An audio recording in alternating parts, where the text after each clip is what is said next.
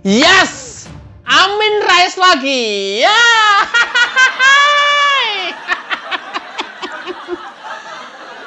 Bang, Kri, gue bosen loh, sumpah. Sumpah, enek gue mah.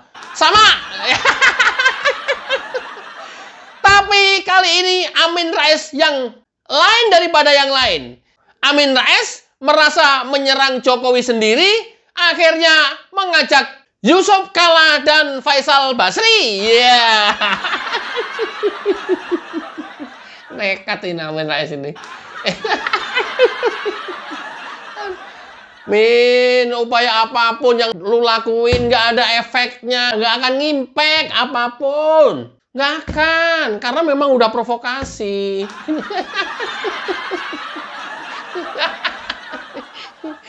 Tak puas sendirian, Amin Rais mengajak Yusuf Kalla dan Faisal Basri. Iya. Untuk ngeroyok Jokowi. Tapi bagi Jokowi cukup disuruh Bahlil yang maju. Ya. Bahlil kecil-kecil begini dia luar biasa juga nih keberaniannya nih. Nyalinya Bahlil luar biasa juga nih. Seperti apa lagi-lagi nyinyiran Amin Rais, Yusuf Kalla dan Faisal Basri? Simak videonya. Sejak menjadi presiden, Jokowi sudah 10 kali pergi ke Cina. Itu sampai Juli tahun lalu. Ya. Setelah itu setahu saya mungkin dia sudah sekali lagi ke Cina. Gitu. Nah kemudian demonstrasi amaturisme rezim Jokowi juga lagi-lagi dipertontonkan dalam menangani anugerah Allah berupa melimpahnya nikel di Indonesia. Jadi nikel mendadak sontak sejak tahun 2022 menjadi komoditas primadona Indonesia. Nah sementara kita pernah bangga, wah Pak Jokowi kelihatan tegas tidak tunduk pada kemauan WTO, World Trade Organization, supaya Indonesia mau melepaskan nikelnya ke pasar internasional. Itu tekanan dari WTO. Ya. Ternyata itu hanya sulapan basa-basi karena sebagian besar produksi nikel Indonesia akhirnya dihadiahkan, dipersembahkan untuk RRC. Yusuf Kalla belak-belakan 90% nikel Indonesia dikuasai Cina. Oke, itulah tadi di pembukaan video saya katakan tak puas sendirian, Amin Rais menarik-narik Yusuf Kalla. Ya. Mau narik-narik siapapun, Yusuf Kalla sekalipun, rakyat udah nggak percaya. Emang siapa yang percaya sama Yusuf Kalla? Teman-teman, siapa yang masih percaya ya sama Yusuf Kalla? Tuliskan di kolom komentar. Ini salah satu polling sekaligus polling. Jujur-jujuran aja. Siapa yang masih percaya sama Yusuf Kalla? Mentang-mentang dia wakil presiden berkali-kali gitu? Mentang-mentang dia pengusaha begitu? Lantas kemudian kita percaya? Enggak! Kenapa? Kenapa? Loh, sekelas Yusuf Kalla aja kemakan hoax loh. Gila kan? Gila. Sekelas Yusuf Kalla, dia percaya pada video hoax. Kemudian dia berkomentar di mana-mana. Bayangin aja coba. Sekelas Yusuf Kalla, yang dia udah kerajaan kaya rayanya itu sudah turun-temurun dari Kalla terus sampai Yusuf Kalla terus sampai ke bawah. Yang nggak pernah menderita, nggak pernah merasakan nggak bisa makan. Semasa hidupnya jadi wakil presiden berapa kali? SBY 1 kali, Jokowi 1 kali. Sekelas Yusuf Kalla percaya hoax. Mau bukti? Ini buktinya. Memalukan benar bangsa ini kalau presiden bagi beras bansos di depan istana. Menurut saya paling memalukan lah gitu. Kok bansos itu dikasih di depan istana? Yang lewat istana kan semua naik mobil, naik motor. Masa itu dikasih beras? Kan tidak enak. Jangan diulangi lagi dah. Memalukan benar bangsa ini kalau presiden bagi beras bansos di depan istana. Tuh, gila kan Yusuf Kalla? Yusuf Kalla ini video kejadian pada saat menjelang Pilpres pencoblosan kemarin gara-gara orang pada komplain masalah bansos. Kemudian ada video yang beredar Setahun yang lalu, 2023, Jokowi membagikan bansos di depan istana kepada ojek online, semua orang lewat yang memakai kendaraan motor. Dan kebiasaan itu Jokowi lakukan terus setiap tahun semenjak wali kota 2 periode, gubernur, presiden. Setiap tahun, nggak ada hubungannya dengan pemilu, nggak ada hubungannya dengan pilkada, nggak ada hubungannya dengan pilpres. Video yang beredar itu 2023 pada saat lebaran, Jokowi membagi-bagi beras kepada orang yang lewat di depan istana. Terus kemudian dikomentarin sama Yusuf Kala yang ini tadi. Karena videonya itu di framing, dibuat hoax bahwa menjelang pilpres Jokowi bagi-bagi bansos di depan istana. Luar biasa kan? Gila kan? Sekelas Yusuf Kala. Sekelas Yusuf Kala loh. Gila nggak? Percaya pada hoax gara-gara dia dukung Anies. Gila nggak? Kayak begini. Kamu sodorin Yusuf Kala berkomentar tentang hilirisasi. Suruh kita percaya gitu? Ya enggak lah. Suruh rakyat kamu bawa-bawa Yusuf Kala, tokoh nasional, mantan wakil presiden. Suruh percaya gitu? Ya enggak lah, Min. Oh, Yusuf Kala aja kemakan hoax kok. Apapun yang dikomentarin Yusuf Kala, apapun yang disampaikan Yusuf Kala, rakyatnya nggak percaya lagi lah. Gimana ente? Sok-sokan bawa-bawa Yusuf Kala ngomentarin hilirisasi. Alah, lu Yusuf Kala ya 11-11 nggak ada bedanya lah. Oke. Amin Rais nggak puas hanya Yusuf Kala, dia juga membawa-bawa Faisal Basri, ahli ekonom. Simak videonya. Faisal Basri, ekonom senior dari Indef, sudah berteriak lantang dengan argumen yang sulit dibantah, yaitu hilirisasi RI untungkan Cina. Percaya? Kita percaya sama omongan Amin Rais tentang Faisal Basri. Kalau gua mah enggak lah. Kenapa? Loh, Faisal Basri ngawur kok. Pernah salah data. Akhirnya dia minta maaf. Dan Faisal Basri ini golongan orang-orang pembenci Jokowi. Nggak ada bedanya. Eki Sujarna, Faisal Asegaf, Amin Rais, Din Samsudin, Refli Harun. Apa bedanya? Nggak ada bedanya. Sama. Ya apapun komentarnya, kalau keluar dari mulut Faisal Basri, ya wajib kita tidak mempercayai lah. Lu bawa-bawa Faisal Basri supaya masyarakat percaya gitu ya. Kenapa nggak percaya? Karena Faisal Basri seringkali ngutip data salah. Dan kemarin dia ampun-ampunan minta maaf. Ya karena takut dibawa ke ranah hukum. Simak videonya. Niat baik. Saya mengakui secara publik, saya udah mau mengakui bahwa saya memang ada beberapa data yang tidak saya masukkan karena saya hilaf aja gitu. Kita akan saling mengisi. Ini tidak ada masalah pribadi, tidak ada kebencian pada Mas Seto, tidak ada kebencian pada Pak Jokowi dan juga pada Pak Luhut gitu. Ini isu publik. Saya tidak mau kalau isu publik ini dibawa ke isu privat, ya. Walaupun kita ngomong di salah satu kamar di sini gitu, kita bicara masalah publik, terus Bang Renard bilang, loh, ini kan pembicaraan pribadi. Pribadi itu tentang persoalan pribadi, tapi kalau isu publik kita wajib untuk. Itu adalah Faisal Basri, ahli ekonom. Suruh percaya gitu? Kalau komentarnya dia benar, salah.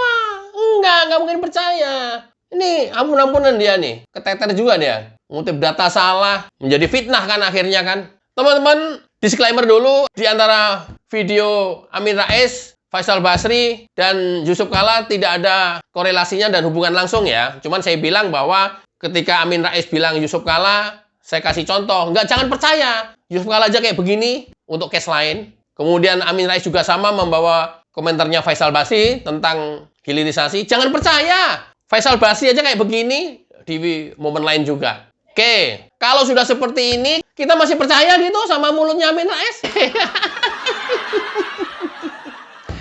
Kita masih percaya gitu sama mulutnya JK? Even itu mantan wakil presiden? Masih percaya?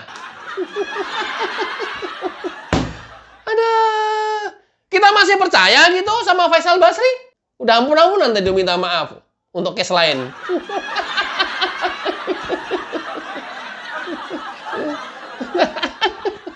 Di podcastnya Renal Kasali itu mau ikut-ikutan Renal Kasali kayaknya nih. Aduh, Awas loh, orang demen kamu loh, Bang Renal Kasali. Nanti jangan sampai enggak orang pada benci kamu loh. Oh alah, emang dipikir kalau udah ditonjolkan orang-orang hebat gitu menjadi hebat? Enggak. Justru Indonesia nggak maju, Indonesia rusak tuh gara-gara orang-orang yang kayak begini nih. Memprovokasi masyarakat terus, membuat hoax terus. Justru orang-orang yang kayak begini justru yang sulit maju. Gila ada pemimpin yang benar, kerja benar untuk Indonesia benar, untuk rakyatnya benar-benar, menjaga sumber daya alam benar-benar. Ada saja yang nyinyir. Ya mungkin karena nggak dapat jatah mungkin, atau mungkin karena nggak dapat tempat mungkin.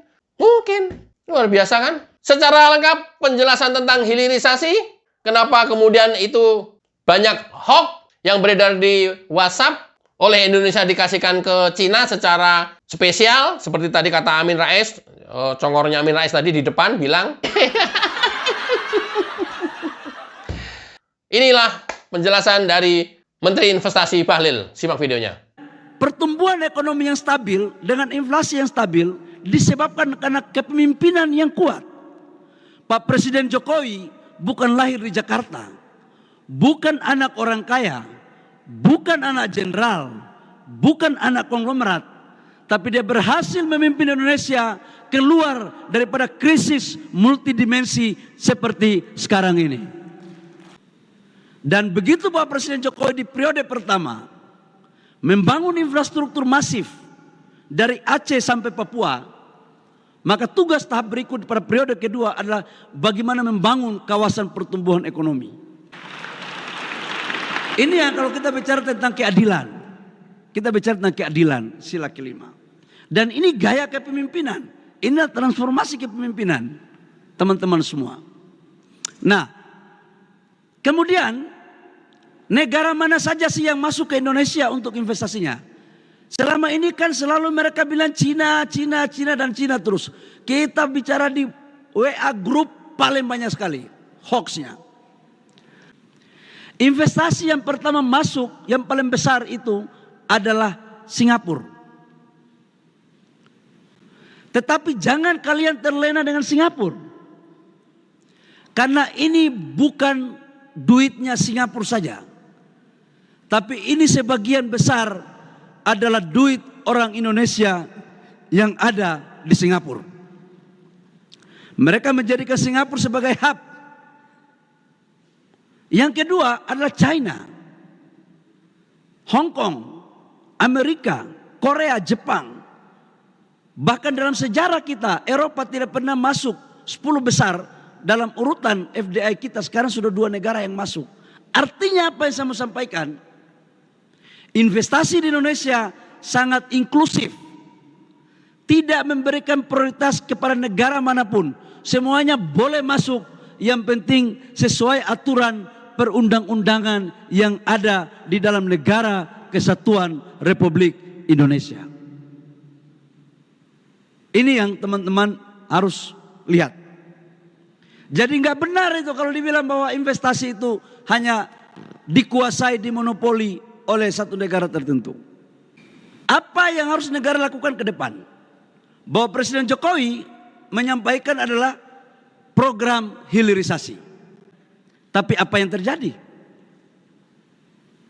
Undang-undang sudah dibuat sejak 67 tentang hilirisasi. Undang-undang Minerba sudah dibuat sejak 2009 dan tidak pernah kita melakukan hilirisasi secara masif. Datanglah pemimpin kita dari pinggiran kali Solo yang namanya Pak Jokowi. Badannya tidak segemuk Pak Karno, badannya tidak segemuk Pak SBY, tapi nyalinya minta ampun. Nyalinya minta ampun. Ampun saya kalau nyalinya. Tepat pada bulan Oktober 2019 kami mendorong hilirisasi pertama di sektor nikel. Ekspor kita nikel di tahun 2017-2018 hanya 3,3 miliar US dollar. Hanya 3,3 miliar US dollar. Kemudian kita menyetop ekspor ore nikel ke Eropa. Kita menyetop dan kemudian kita membangun industri dalam negeri. Masif kita lakukan. Apa yang terjadi? 2023 nilai ekspor kita dari hasil hilirisasi nikel mencapai 33,5 miliar US dollar, naik 10 tahun hanya waktu 4 sampai 5 tahun. Berarti selama ini kita dibohong-bohongi saja.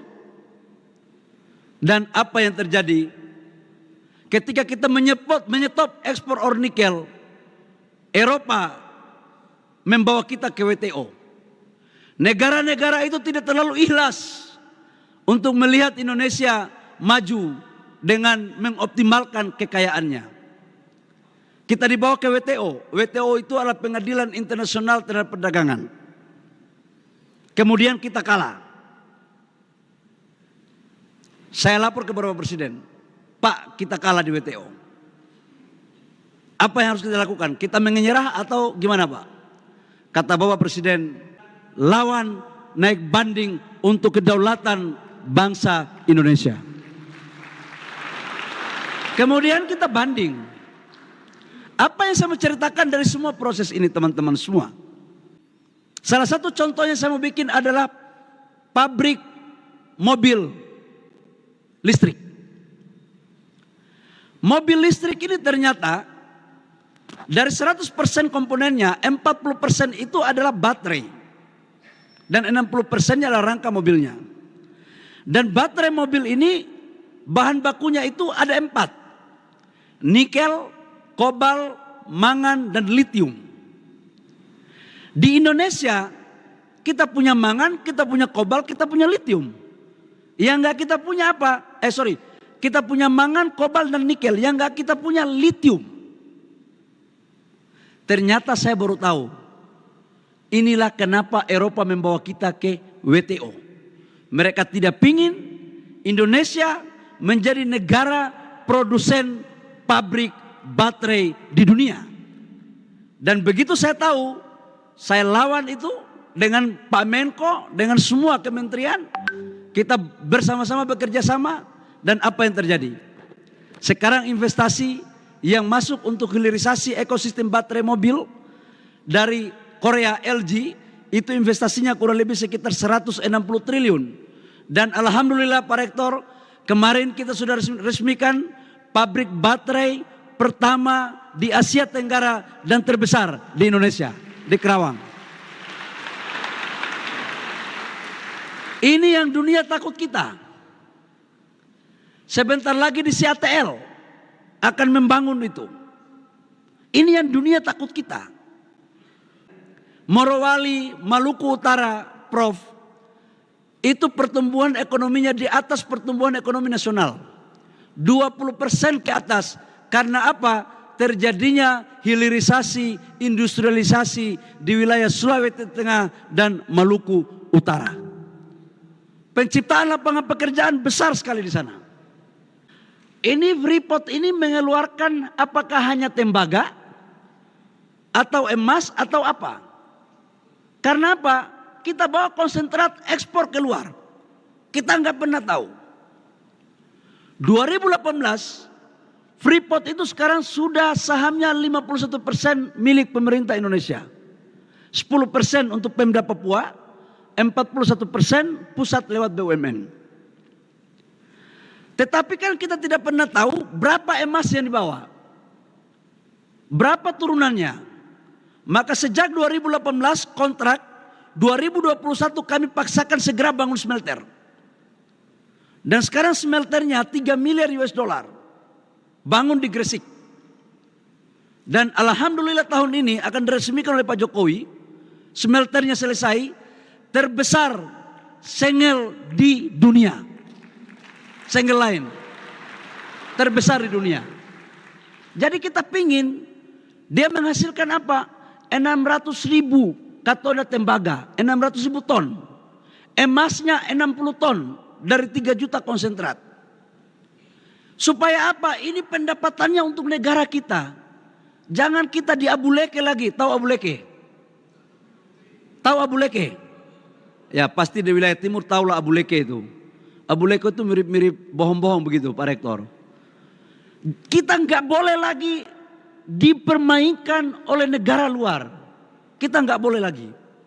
Nah, maka kemudian ini yang kita lakukan. Freeport ke depan akan kita melakukan proses perpanjangan.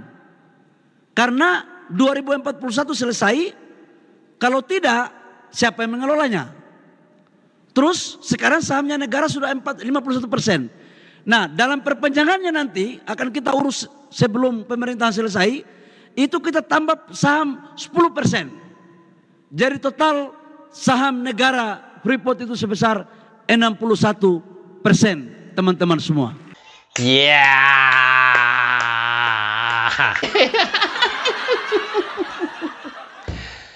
Ya, luar biasa.